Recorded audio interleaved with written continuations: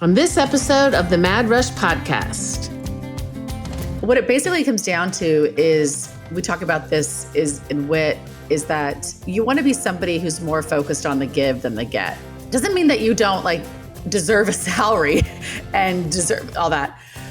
But there's a little bit of gimme culture. Well, I need this. If I do this, I want to do this. And that's, hey, fine. If the market allows that, and there's so many job opportunities out there in the world and everyone's just catering to you, then I guess have at it, do that. And ask for the moon and then see what happens. Welcome to the Mad Rush podcast. I'm Trisha Addicks, the original sorority rush consultant. While the stories I have to share are nothing short of astonishing, this podcast goes beyond the wild client tales and sorority life. I'll be engaging with fascinating guests from both within and outside the Greek world, uncovering the surprising connections that bind us all together. Join me for a journey that's as entertaining as it is enlightening. Welcome to Mad Rush.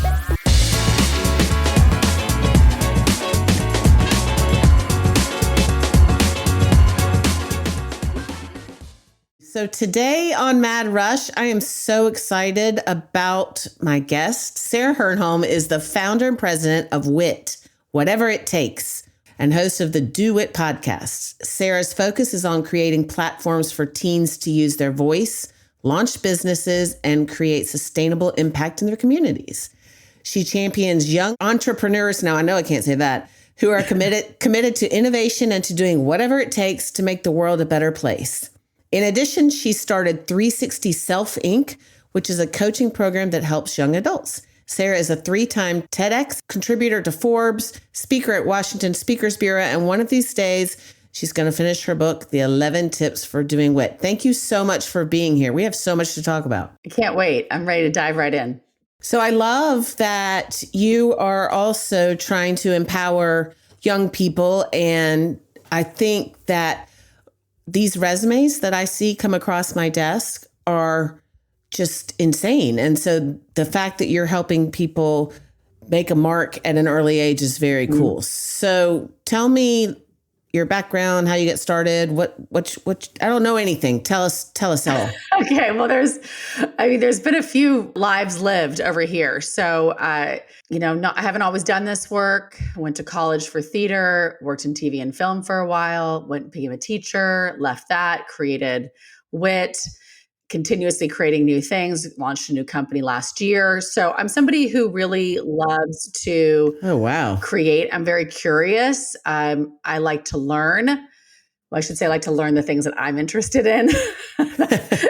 That's why school was a little tough for me, because some of the subjects I thought were boring. I thought every subject in school was boring. So you're preaching to the choir here. And I just love to remind people that you're never too young or too old to make a difference or to do that thing that you've been talking about doing but haven't started. That's just important to me as to put that message out into the world. And I really do live our motto of doing whatever it takes and do WIT. That was a motto of my classroom when I was teaching, and it's a motto in my life. And so I like to live what I preach.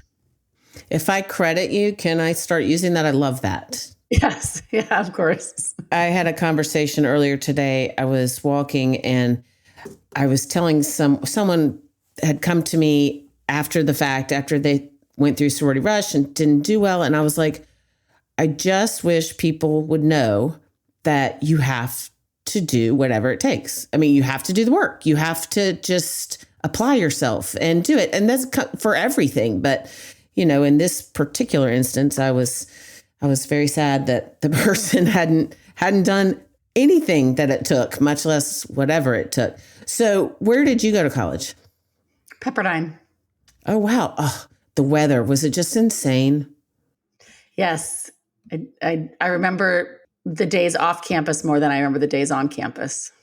One of my daughter-in-law's best friends went to Pepperdine, and I was always so jealous of her pictures. I was like, that's idyllic to go to college in that. I mean, I also love the Pacific and the Pacific Ocean and all that, but Pepperdine, so cool. Where are you from originally?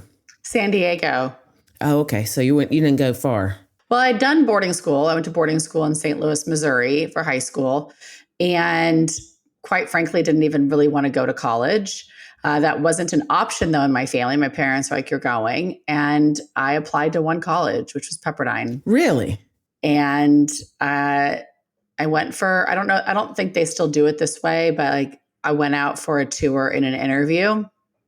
And I remember this. I sat at this table, a circle table, and the guy's basically like, why would you think you'd go here? Your grades aren't that great. And I said, well, what do I need to do? And he's like, this is what has to happen. And I said, okay, so basically you're saying like, if I do that, then I have a chance. And he said, yeah. And then I went back and I did that and I got in, and it really was the only school that I applied to. And so I don't have the story that a lot of people have, and even young people that I work with have, of frantically applying to so many schools and this desperation to get into things. I didn't have that. And that's okay not to have that. Yes. And you did whatever it took to get in. Yeah. I mean, I think I just knew like, okay, that's where I want to go. And then I got in. If I hadn't, I would have figured something out. I'm sure. I have that in me. I've got kind of some muscle. I'm pretty resilient, pretty like I can make something work if I need to, if I'm driven, and I'm a driven person. So if I'm into an idea and I want to make it happen, then I pretty much will make that happen.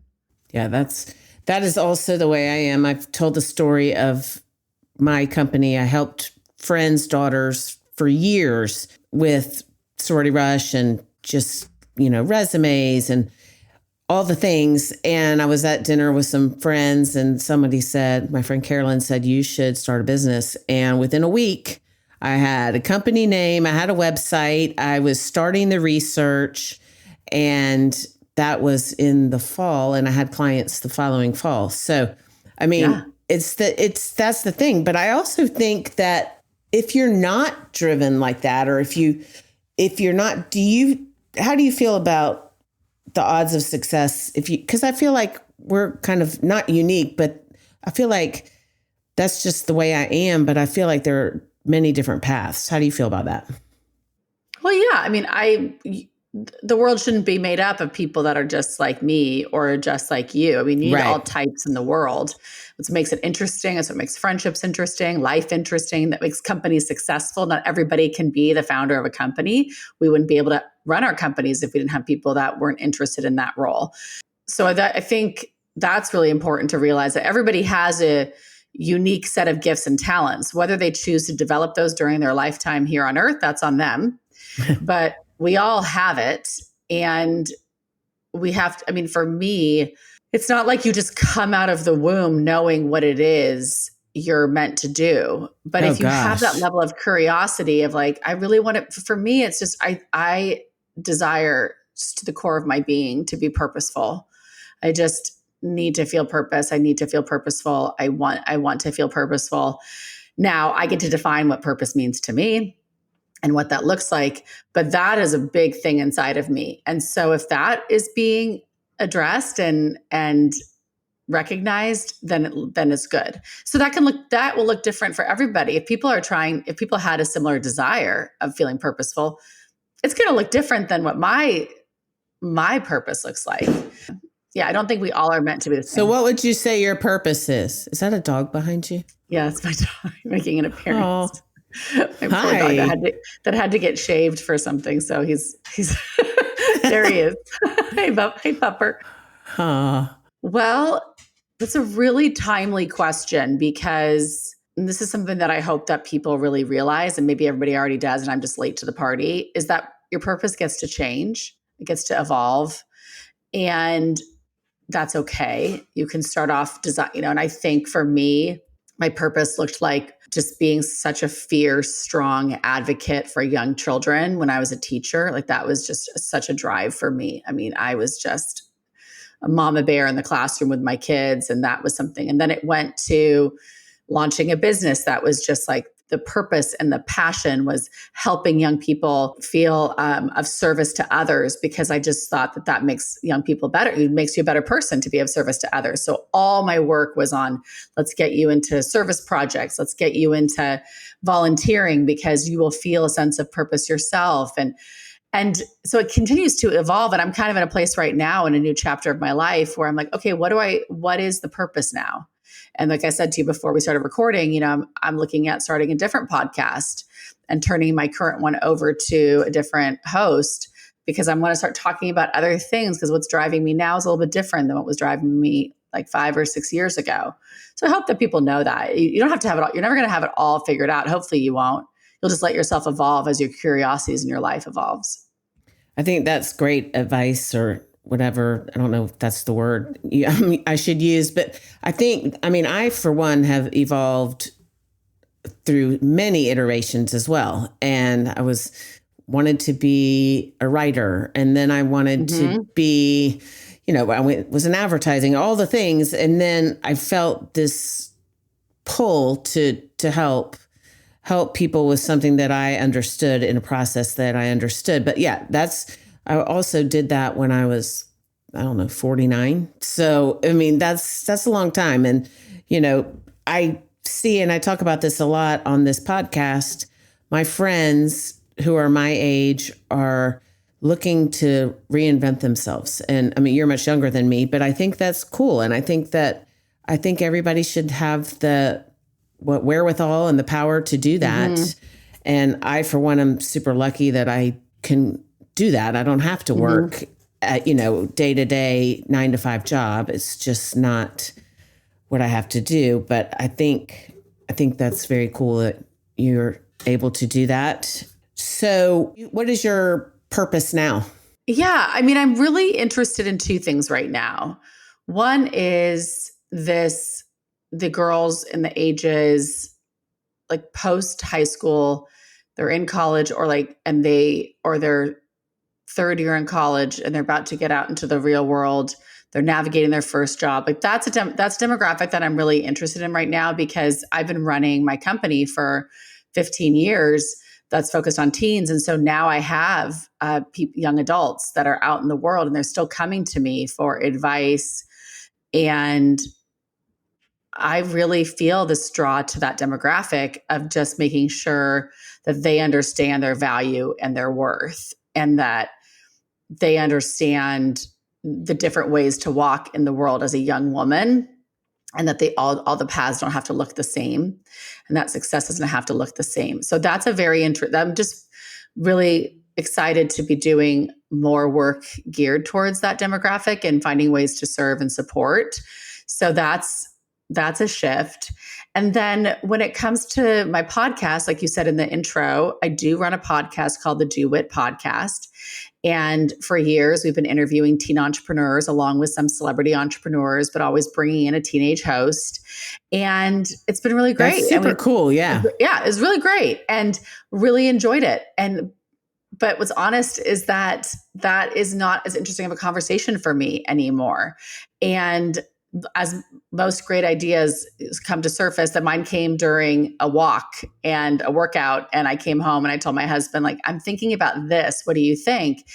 And I've decided that I'm going to turn the Do It podcast over to teenagers to run and to host and to use it as a platform. Oh, wow. That's super cool. Interview each other, teen entrepreneurs with each other, have our teens practice being a host, and just really make that their platform that they get to own and run. And then I'm going to be starting a podcast, which is called Just Start, and really is interviewing entrepreneurs and individuals about their just starting journey. Like when they just started, let's talk about that moment and take people to that time in the entrepreneur's life, about what that looked like, what they had to put in place in their life, how they encouraged themselves, because that's a big thing for people. I'm out in the world so much talking to people, and so many people have ideas or have goals. And if you ask them what steps they've taken to achieve that goal, many haven't.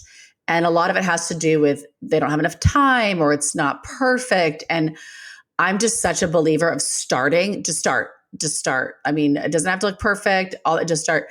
And I really want to have that conversation. And I think if more people just started, we'd have more well-adjusted, contented people in society. I think there's a lot of people that are in a place that's like stagnant, and which can kind of lead to feeling depressed and without purpose, because the starting feels overwhelming. And really, it's just sometimes one little step. It's not changing your whole life. So give me an example of one little. Okay, I'll give you an example.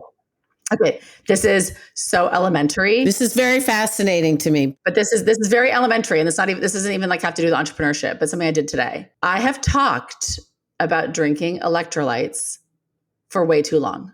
I talked about it. They're in my cabinet. I've talked about it. My woman that I work out with, my Pilates instructor, has told me to take them, but still I bring my coffee to Pilates and drink that instead. And I was so sick of hearing myself like not doing it, that today I just was like, your new thing is going to be that drink your coffee all day if you want to, but when you go to Pilates, you're bringing like your electrolytes and water, and you're going to drink that. And I walked in, I showed her, I was so proud of myself, and I did it. That's awesome. I didn't like decide to do a massive health journey. I just decided to finally drink the water with electrolytes and just started doing it. Stop talking about it and start doing it. So it's just looking at your day, okay? And you put your head on your pillow at night, or you're brushing your teeth. All of us have the thing that you're like, oh my God, this is like one more day has gone by that I haven't done this, or one more day has gone by that I didn't do it. Just do that one thing. Just do that thing. Take action on that thing that keeps bubbling up in your mind. Now, of course, this connects to business. We can go into that, but that's just like an everyday example of like, I was so sick to death of my own. Like, when will I start that? When will I start my electrolyte journey? It's not that big of a deal. Electrolyte journey. You know, just put the packet in the water and call it a day and move on. I had this conversation with my friend Mel, who is also on this podcast. I'm a little sick of it too. Like I was sick of, I did start a health journey, but because I decided I was sick of telling myself I needed to exercise. So I just started walking and now that's what I do. I walk like Forrest Gump. And it was just one thing. I didn't say, I'm going to give up pizza. I'm going to give up hamburgers or French fries or whatever. I just said, I'm going to walk. But my friend Mel and I talk about that all the time. We feel like we're paralyzed sometimes, and you're paralyzed by the things that you're telling yourself you have to do. So I think that's great advice. Take one little bit, and that's what you do. Go ahead. No, I'm just saying that's super cool. Like, I think that's a huge thing that you did the electrolytes. Like, it's a one little thing, but I mean, that's huge because it's been in your head. It's been taking up space in your head this whole time. So just now you take extra electrolytes. Yeah. It's just like the thing that is taking up space that doesn't need to. And there's like a reframe that we talk a lot about in our work, which is you don't have to, you get to. And even that reframe is really helpful in your life. I get to work on my business today. I get to work on this business plan. I get to walk today. I get to take care of my health. And another thing that we talk about that's big for me is just bear with me on this because I usually talk about this without. I'm all in. I'm all in. Without worrying about how we can put it into a soundbite on a podcast. So bear with me as I walk us through this. But something else that I think about a lot and talk to our young people that we work with is that let's pretend that you are like mothering yourself. Then you would say to yourself, of course you should go out and get fresh air and walk around because that's so good for you. And I love you so much that of course I'm going to make time for you to go do that. Or of course I'm going to feed you these foods that are so nourishing and satisfying because you deserve it, because I want to take care of you. And for whatever reason, we don't always nurture and love on ourselves as a wonderful mother would. And so that's what I try to tell our young people, give yourself that type of love. And how would you talk to yourself? How would you fuel yourself? And don't you think a good mother would look at their child and say, of course your ideas are worth exploring. Like, take some time on them. That sounds like an interesting business idea. Go spend 20 minutes on it. And then you might go do it. But for whatever reason, whether it's self-sabotage, lack of self-value, self-worth, whatever stories we have in our head, we don't even start. Yeah. We just don't even start. But we would never look at a child and say, don't start. Don't take care of yourself.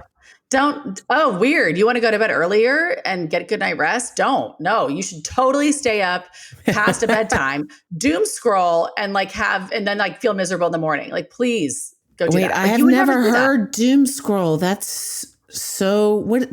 I mean, I know what it is. Scrolling, just scrolling where all you're doing is you find yourself sometimes it's fun to scroll because maybe you have a really good feed that you've curated that's travel that you enjoy and foods that you enjoy. But sometimes we have a feed that will take us down a route of comparison and feeling less than. And you would tell a child to put the phone down. Right. We don't do that in this house. We don't start comparing ourselves to people we don't even know, strangers on the internet. No, thank you. No, read a book and thank you. And go to bed. But that's such good advice. I mean, because you're so right. I would do anything for my kids, anything. And I would do anything to help them and I talk to parents all the time who are like, what can I do to fix this? And, or how can I help them succeed? But I don't always say it to myself. So that's very good advice. And I love that I get to, because that's kind of what I was saying.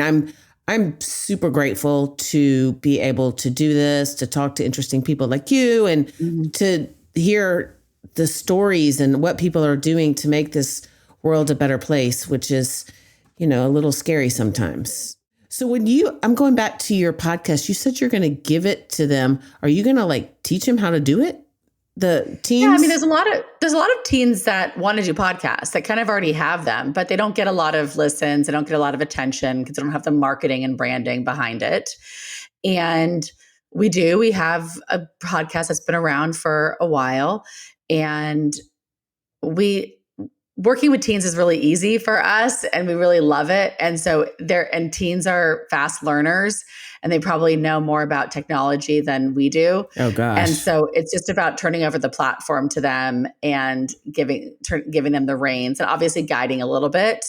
But the thing is, in some ways we don't want to guide them too much because they're building something for the audience that we want to pay attention.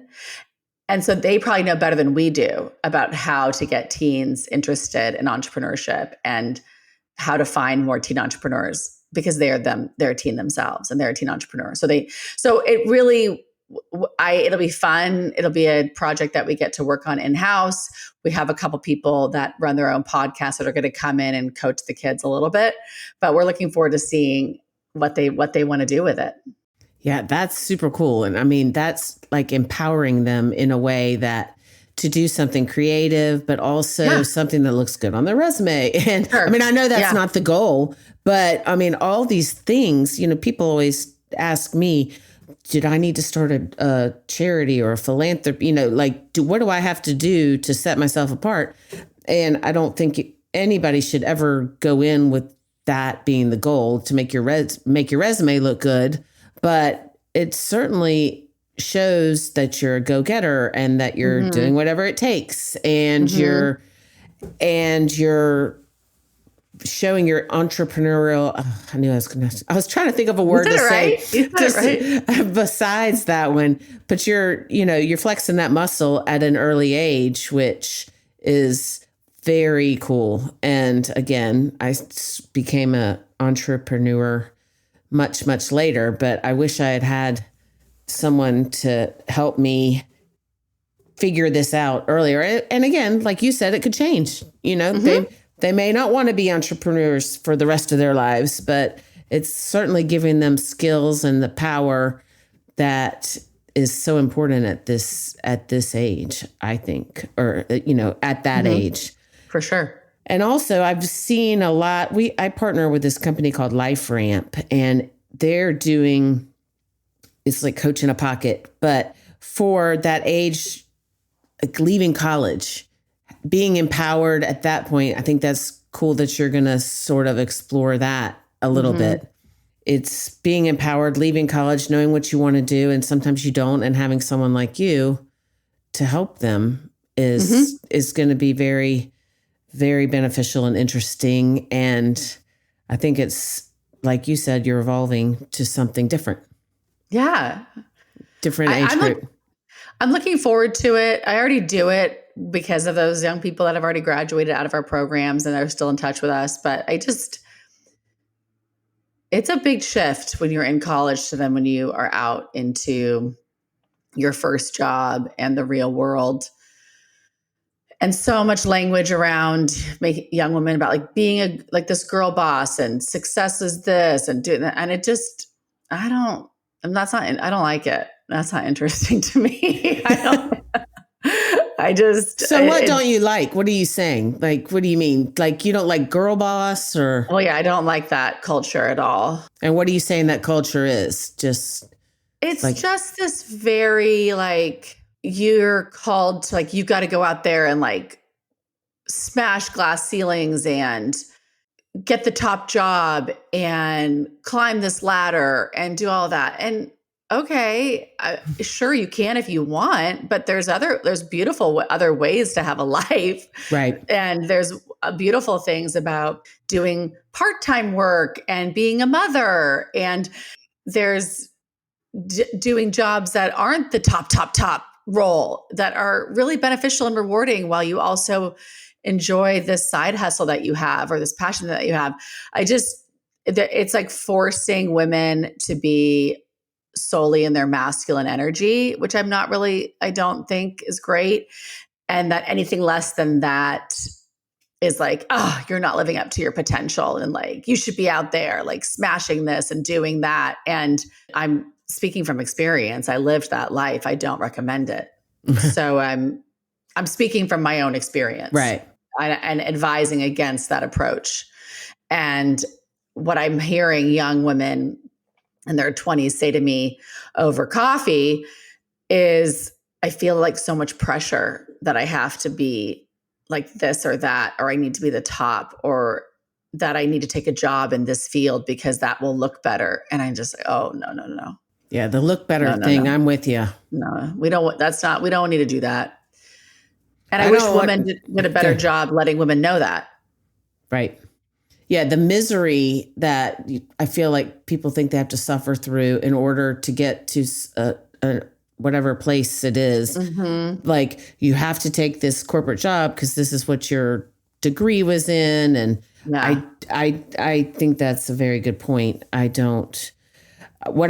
love, so I have young women who work for me who all have jobs besides working with, it's all Greek to me, but they're in that age group. They're, 23 to 30, and they all want to help people. And so this gives them an outlet for something that they know about. They were all really active in their sororities, and they were very, they were either with Panhellenic, which is the governing body of sororities. Anyway, they were all really involved in it. And so now, and they excited about it, but they understand that this is such I'm talking about the age when you go to college now, that they want to not give back. That sounds hokey, but they really want to use their knowledge and their desire to have people connect in that way. And it's cool that they get to do that on this side.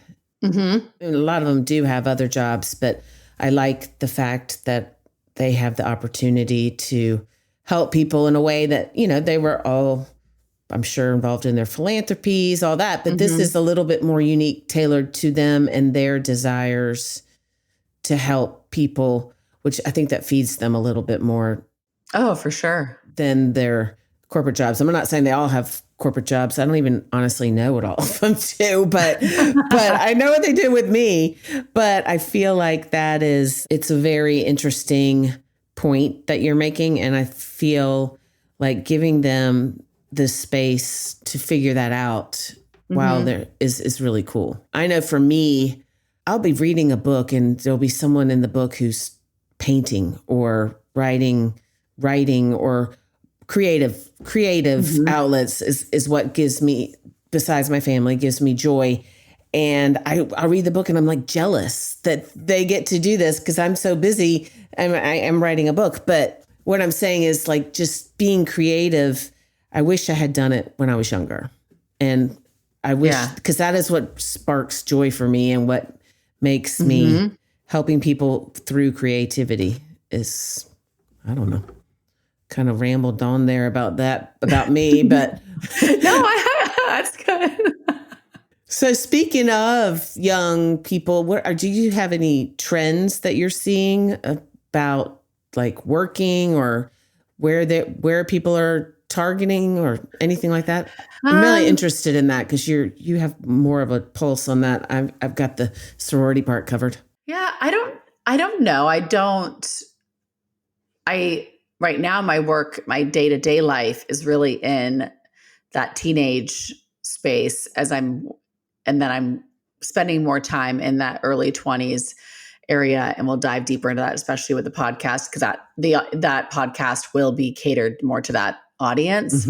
But what I'm seeing, I just find a lot of the young people that want to create something on their own, that want to be entrepreneurial, that wouldn't even know, maybe they wouldn't even say that word, but they just want to do something that they're interested in. And that's what we get to help them do. So in terms of like that 20 something, what I hear from the people that we talk with is just an unnecessary pressure to have life figured out. And then a pressure to take the job because that's what looks good or that's what will look good on Instagram. That's across the board. There's a lot of, is this good for my life or is this a good moment for Instagram? Is this? Oh, wow. Yeah. So that part is troublesome to me, but I appreciate that. I appreciate because we gave them a tool at a young age and then raised them on it, that phone and all those apps. And then we're saying, don't do that anymore. So I get why they're confused. That's a very good point. I mean, we did all this and then now we're reeling from it a little bit with the comparison, like you said. And a trend that I'm seeing is that I see people asking for more, spending more time figuring out what they can ask for. I'm talking about with the job stuff. And just saying, okay, like for instance, when I got my first job, I would never in a million years have said, okay, what's in it for me? I mean, I was hoping for the job, and I do feel like advocating for themselves, having the tools to do that is so important. And then I'm seeing it implemented at, more so I'm going broad, but like in interviews even, all right, let's really talk about what I'm going to be doing and hoping that it's a fit, if that makes sense. So I do see that positive trend happening, that people are, because they're so, I don't like the word overachievers, but because they're putting in so much work at a younger age, they're now like, okay, I'm worth this a little bit. So, yeah, as long as they are, I've noticed that people are asking for things that it's disproportionate to what they're bringing to the table. True. Yes. And so that's a trend that I've seen over the years as a business owner, of what I've seen in interviews or conversations where there is entitlement. Yeah. Just a disproportionate. Yeah. I was trying to steer away from that word because usually when young adults hear that, they go, oh, see, everyone always calls us entitled. So I was trying to, what it basically comes down to is, we talk about this is in WIT, is that you want to be somebody who's more focused on the give than the get.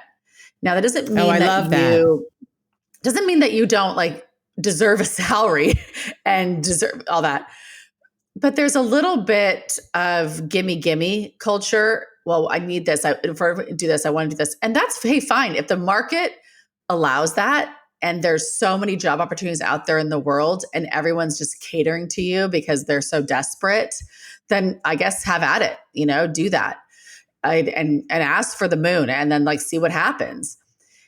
It's just so I have no problem with asking for what the market will let you have. And also maybe for like, just like shoot your shot. But there's sometimes an energy of like someone's owed something in a way that I'm just confused about. And I'm wondering, and I'm just fleshing this out in real time, that people are attaching purpose to their job so much that if the job does not fulfill them at all levels and in all ways, then they're upset.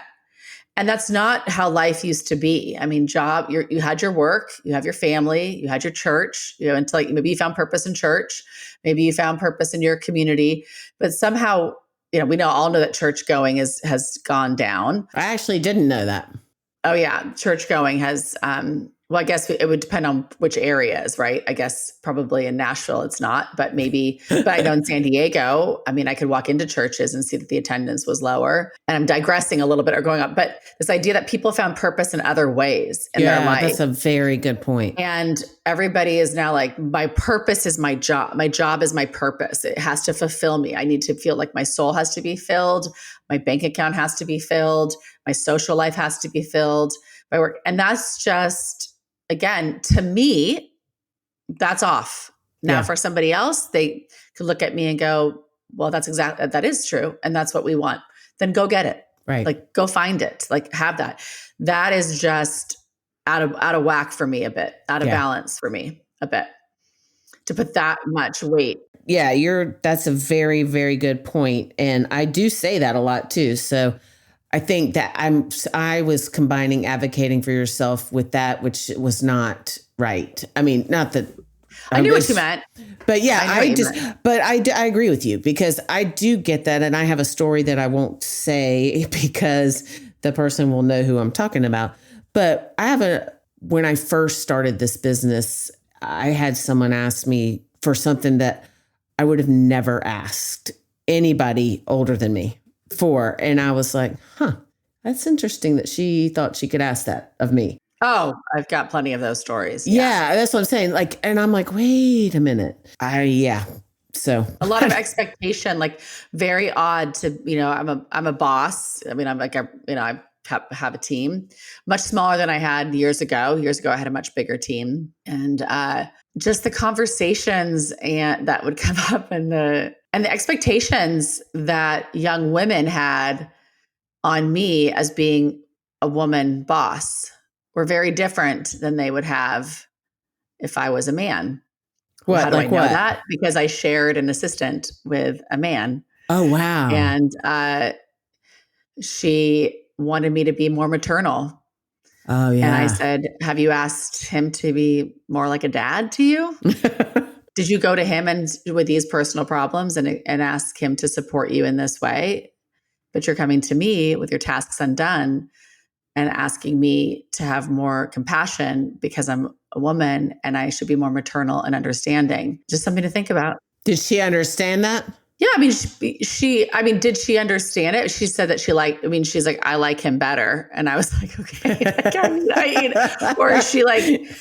Or she respected him more. I don't know what the thing was, but to me, it just was like, I thought that was such an odd thing to expect somebody who is the same gender as you. I don't know. I don't want to go too far down this road. Right. No, I got you. Because sometimes it's like more negative energy out in the world, which we don't need. But it was just a thing that like I have had plenty of women bosses in my life, and I never expected them to be more forgiving of my laziness than a man should be. Like I just never had that. That is a very good point. So that's just a thing. I've noticed. I've just noticed. Yeah. And for you guys listening, this is really good to, obviously advocate for yourself, but realize that to get where you're want to go, it's up to you, period. And you don't need to, you're not going to get it handed to you. And your boss isn't going to be, forgiving is not the right word, but just, it's up to you. And your boss isn't supposed to be your best friend. Not supposed to be your mother, not supposed to be your dad, Not supposed to. I mean, that's just, and the pressure that people are putting on people in leadership roles to fulfill them on a social and emotional level feels disproportionate to me. We need to be filling our own cup first, and then figuring out where we want to go serve in the world and where we want to work in the world. But this expectation that your job is supposed to fulfill you on all these levels is a recipe for heartache. It's a recipe for That's heartache. what I'm saying. That's up to you. It's not. Yeah, that's what I'm saying. It's up to you. It's not up to your boss. It's not up to your job. It's up to, and I like that too, because I think about that, when I was in the working world in that way, I was like you. I mean, I had different parts of my life. And I worked really hard at my job, but then I didn't expect it to bring me a best friend or a boyfriend or a husband or a whatever what it is. That's up to you. Like I said, it's empowering to have that feeling that you can ask for it, but you got to work for it, and you don't expect other people to do it for you. Mm-hmm. And you don't expect for your boss to be your boss to be your mom. I know. So I don't think we can solve that with one podcast. But no. I do agree with you. I see those same trends. And if you're listening, you are not owed anything. That is not what you're owed. Mm-hmm. Or you're not owed anything from other people that you haven't poured that into. So I don't know. I mean, that's a trend. It's said that I said it all wrong, but so yeah, well, I think that's super cool. When do you think you're going to launch your new revamped podcast, or different podcast, not revamped? Maybe February, March. I mean, oh wow, we're working on it and getting excited about it. I'm also a person that believes that you can start before it's perfect, and I like that. I like allowing myself the permission to even evolve after a launch and go, oh yeah, this was the format that we did for the first couple episodes, and then we realized this format works better, and letting the listener and viewer know that I know we've changed, and been like, right. Yeah, we took your feedback, and you said we didn't like those 10 questions at the end of every episode. Can you cut those and just keep the conversation going? And we would say, sure, why not? This is for you. We're doing this to bring value to your life. Tell us how to serve. So that part I enjoy. Yeah. And it also makes you seem more real to, if you're, I think starting before it's perfect and figuring it out along with your audience and recognizing that, there's there's so many things I have done along the way that I've evolved away from. And I think that having people who are kind of on the journey with you makes it more fun. And like you said, you don't have to ask the 10. I am about to ask you about the observation of the day, and we'll see if you did your home. Okay. But I did not. I didn't prep anything for this interview. I like to come in just real present and ready to go. Yeah, but it cracks me up, and I don't care at all. But sometimes people are like, wait, what? I'm like, you saw the notes. But yeah. I do like just having a conversation to see where it goes. But I also have gotten so many nuggets of wisdom. So, okay. Bama Rush popularized the hashtag OOTD outfit of the day. For Mad Rush, I'm repurposing hashtag OOTD into observation of the day. So what is Sarah's hashtag observation of the day? Can be anything. I had one person who said, or she sees high school boys all look like alpacas with their haircuts. I've seen that meme on Instagram, and yeah. I have a 12-year-old nephew, so I kind of get that. My observation of the day is that there's more, like we're just a thought away from a better day. Oh, I love that. I'm gonna write that down. Y'all write that down. Just a thought away from a better day. I think sometimes people, let's say you can go to like a workout class or a morning walk with somebody, and they might already be like, have kind of just discarded the day already because of something that happened in the morning. or something that happened on their way to class, or with something that happened on their way to a meeting. And it's almost like, well, there goes the Monday, or there goes, so much for like a Good Friday. It's, and I just think you're just one thought away from turning the day around. And that's so sad to me that somebody would just scrap the whole day. The whole day for like one thing. I used to be like that with dieting. If I wanted to like start a diet or be on a diet, if I had, I don't know, a sausage biscuit for breakfast, I'm like, well, there goes the day. So I'm going to have pizza for lunch and French fries for a snack. And so I like that a lot. Just a thought away from a better day. Mm-hmm. Well, you've given me lots of nuggets. My little notepad over here is filled. That's good. I'm like, okay, WIT, whatever it takes, just start. Anyway, thank you for being here. I loved having you, and I can't wait to listen to your podcast whenever you put it out. And I'm actually really excited to listen to the teens. Me too. Yeah, because I think that's real. It's a gift that you're giving them, and I know that they'll just take it away. So that's very cool. I'm excited. Yes. Thank you for being here. Thank you for having me.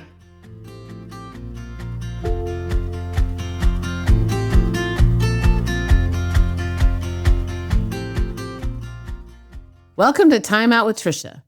Because can you really give advice if you don't speak about yourself in the third person? I don't think so. This is exactly how I speak to my clients. The good, the bad, and the ugly. So listen to me. I know what I'm talking about. Now let's get into it.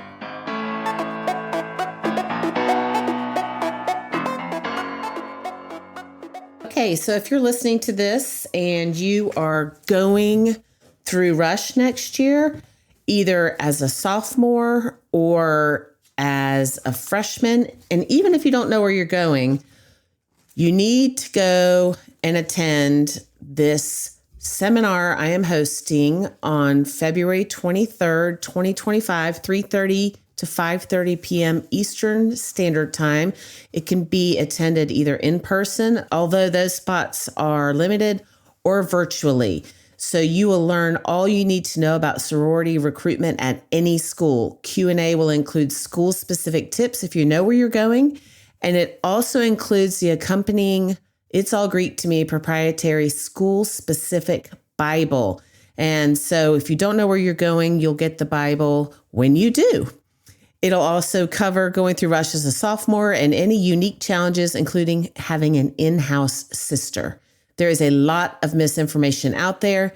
Get the facts and get the knowledge you can only get from me, because I know what I'm talking about.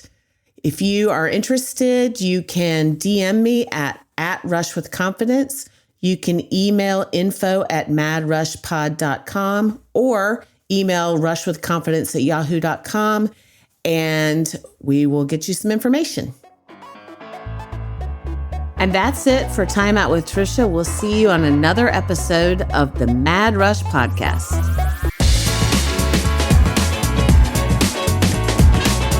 Thank you for tuning in to another episode of the Mad Rush Podcast. If you are enjoying this podcast, please consider leaving us a 5-star review. For additional Rush tips, updates, and more, please follow me on Instagram at Rush with Confidence. If you would like to reach out to us or for more information, please email info@madrushpod.com. This podcast is produced by Collier Landry and Don't Touch My Radio. Copyright Trisha Addicks.